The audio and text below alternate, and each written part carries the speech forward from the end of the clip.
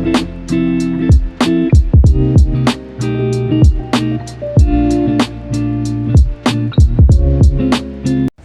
dito pa ang inyong travel agency? Everest Travel and Tours started year 2023. August 2023, and nag-originate siya sa Bukidnon. Then, but ang office niya karon is Cotabato, in Nisayap, Cotabato. So second branch ang Cagayan de Oro City. Then third branch is in Iligan City. Kung saan naka-inspire kanimo sa pagsugo ng pagtupad sa Inspire ka pa? inspire sa pagkunya? Nakapa-inspire. Kasi I started as a tour guide. And nakita na akong I love travel. I love accommodating people. I love entertaining people. I love taking pictures. I love posting on social media. Travel. And sa sige na akong tour guide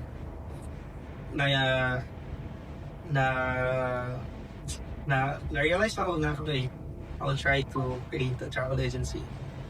So I started as a tour guide year 2018. So na almost 8 years. 8 years, yeah. Yes. how did the company begin and what were the initial challenges? How it began and what are the initial challenges. So begin. So I said, I started as a tour guide, and then okay. I have a mentor in travel agency, and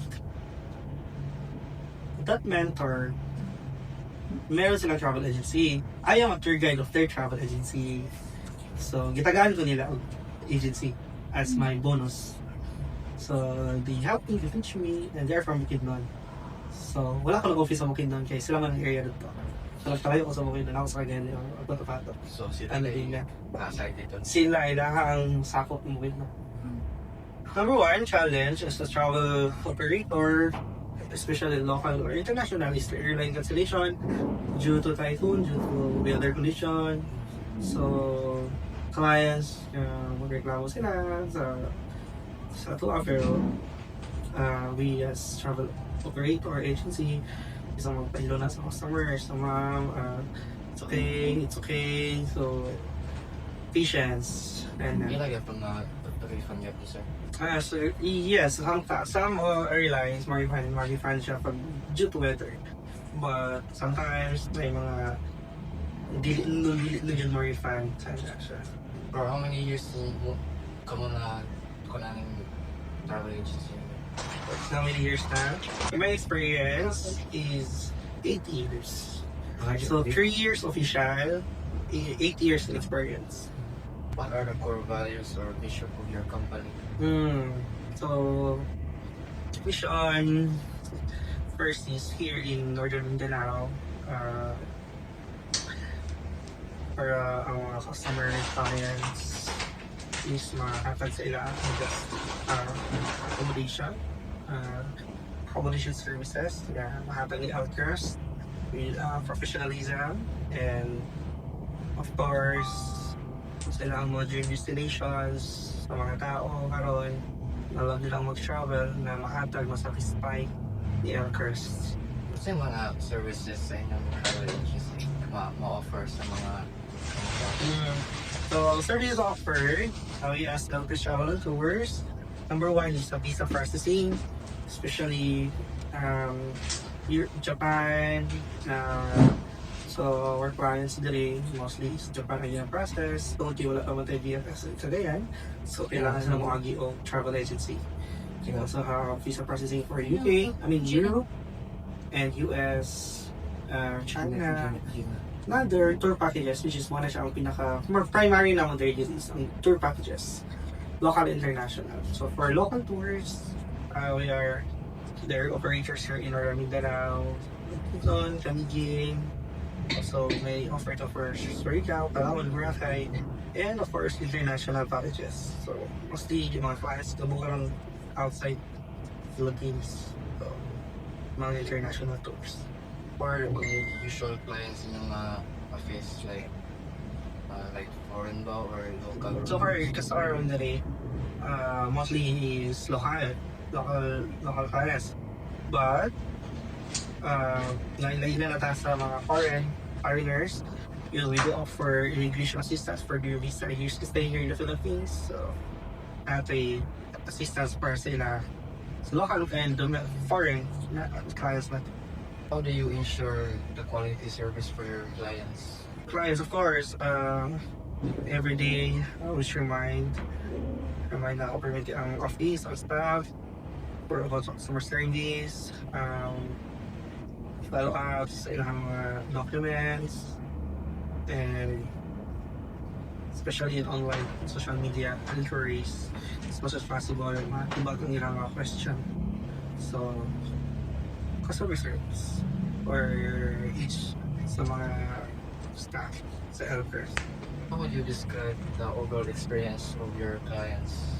Like, kung sa'yo nilang ikayin sa inyo ang service sa bilang isang travel agency? Or negative comments, we accept negative comments.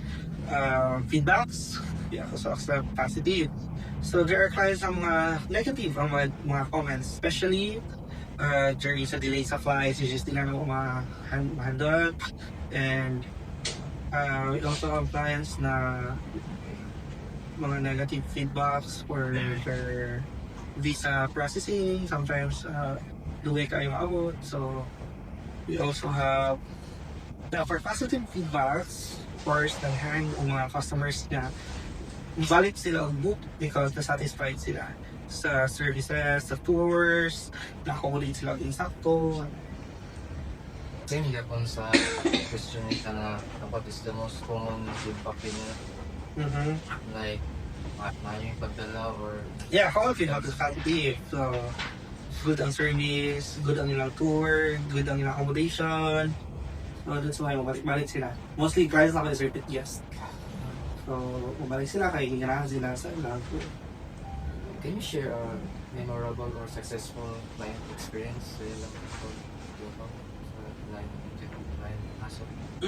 Share memorable experience? Sige, latest tour is Silingan ako diri, snow experience. Na 100 dyan ng snow experience na expectation na meet din sa Everest na malingaw sila, magka-snow. So far, memorable tanan. So far, tanan, labi na mga first timers, na makatuan ang country. That will be their tanan experience so far. Memorable once na makatuwa sa lugar ng mga dream destination. And of course, with Everest, hindi na make sure na ma-accommodate sila ang tao.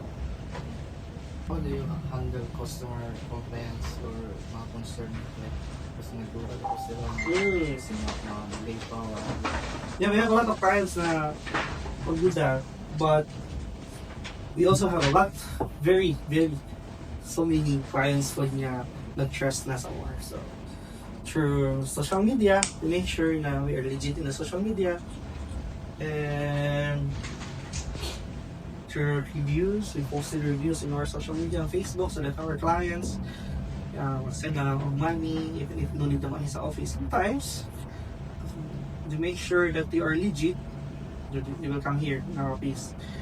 Then after they come here in office, they will pay first booking. The next booking, they will not come here anymore. They will send money online. So once na sa money, they don't know balik. Kaya panawagan sila, i-book me, mag-send ako payment. So, hassle free. what are the common challenges faced by travel agencies today? Clients na mapagsamantala, we have their clients, actually Alfres Travel and Tours, nagkaroon namin ng clients because we have the privilege to go to Korea with group visa. So with group visa, we are the one agents who are the guarantor of the embassy to approve the visa automatic even if you don't have any documents na initakas. Yes, So, ma'am. penalty na mo. penalty na ako. So, worth half million or more each person. So, that's the major challenge na ako. Parang, sama yun. Yes, travel agency. Nagabayad niyo para ako nga binuang sa mga stressors. You adapt to changes in the tourism industry. Wala naman nabago sa tourism so far, so based on our experience, because same scenario, same beaches, and wala kasi other improvements kaayo pa here sa Philippines sa tourism. So medyo bagsak pa na itong tourism. Pero kung sa new, ma-adapt natin na ito diretso sa pricing. So ang tao mapila naman po na sila diretso mas gusto nila ang package. Advice can you give to students who want to work in the travel and tourism industry? Give your passion, not just na mag-learn ka o kung sa ang tourism, but if naanaka sa lugar, naanaka sa posisyon na mo, na mo serve na ka sa customer, mag-imagine na ka og lugar, you are imagining around the world, imagine ka og mga countries around the world, your imagination is limitless. So, and yeah, ayaw limitahin ang kaugalingon na limitahin ang kaugalingon dyan. Kaya once you work mo sa travel and tours, bisag na ka sa office, maka-adto ka, ma-memorize nimo tanang country, ma-memorize nimo ang tanang destination, and not just that, of course, na mga perks, privilege nga makaamban ka for free sa travels, especially pag may mga group tours, dinagkuha tours, and kailangan na ay escort. So nga maubanan dapat from the company. So if you love travel, pwede ka mag-work sa travel agency. But if you don't love travel, pwede mo siya ma-passion. You have to try, just try. So if ever nga wala kayo passion na hindi ko kailangan travel or hindi ko kailangan customer service, there is a lot na pwede mo mamutangan dito sa travel agency. Like, pwede ka into online. If you're introvert, if you're not good into communication, you're not good into speaking people, sa customer service, then pwede ka masan into social media. Like, magsira kang chat, magsira kang cellphone na for the whole day if you want. Pero if na-pwede tao na extrovert, love talk people, love to explain, napod kay job na para sa mga dala indicate mo. So pwede ka lang mag-escort, pwede ka lang mag customer service, pwede ka discuss sa mga clients niyo. Me myself, I love customer service.